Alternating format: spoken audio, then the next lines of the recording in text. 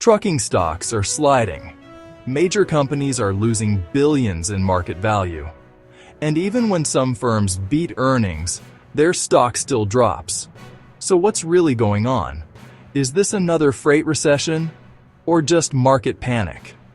Today we're breaking down why trucking stocks are crashing right now and what it actually means for drivers on the road. Part 1. The freight recession is real. First, let's start with the biggest reason: weak freight demand. The trucking industry came out of the pandemic boom into a long downturn.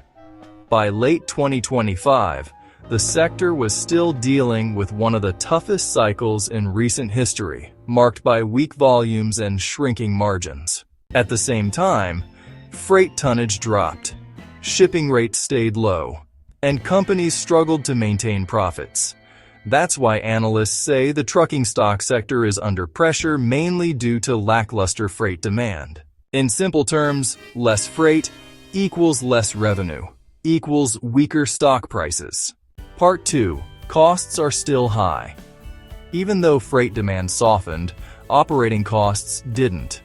Carriers have been dealing with higher insurance costs, equipment expenses, wage pressure, maintenance costs.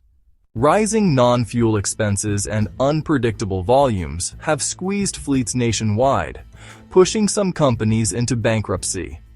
In fact, multiple trucking firms shut down or filed for bankruptcy during the downturn, showing how deep the industry stress really is. For investors, that signals risk, and when risk rises, stocks fall. Part 3. AI fears sparked a sell-off. Now here's the newest factor shaking markets in 2026: artificial intelligence. A surprise announcement from a small tech firm claiming its AI freight platform could massively increase efficiency triggered a major sell-off in trucking and logistics stocks. The trucking index dropped sharply, and some major logistics companies lost over 20% of their value in the panic. Investors suddenly worried that automation could disrupt traditional trucking business models. Even though analysts say the reaction may be exaggerated, the fear alone was enough to push prices down. This is a classic market reaction. When investors fear disruption, they sell first and ask questions later. Part 4. Earnings don't guarantee stock gains. A surprise. Several trucking firms posted solid results, yet their stocks still fell. One carrier beat, yet fears over future pricing and volumes sank shares. Markets price the future, not just profits. Part 5. Signs of recovery, but not yet. Here's the good news. Industry forecasts say the freight market may finally be approaching a recovery after the long downturn, though progress is slow and fragile. Some executives expect demand to improve in late 2026 as fleets replace aging equipment and shops bring new parts online. So yes, stocks may be struggling today, but the long-term outlook isn't all negative.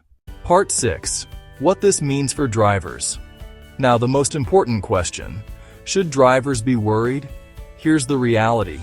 Freight cycles are normal. Trucking has always been cyclical. Downturns happen, then demand returns. Job demand usually lags stocks. Stock prices can fall while local freight stays steady. Markets react faster than real hiring. Efficiency pressure will rise. Companies will push fuel economy, smarter routing, and technology adoption. Drivers who adapt to new tech will have an advantage. Pay growth may slow short-term. When margins tighten, raises and bonuses can slow. But severe driver shortages still limit how far wages can fall.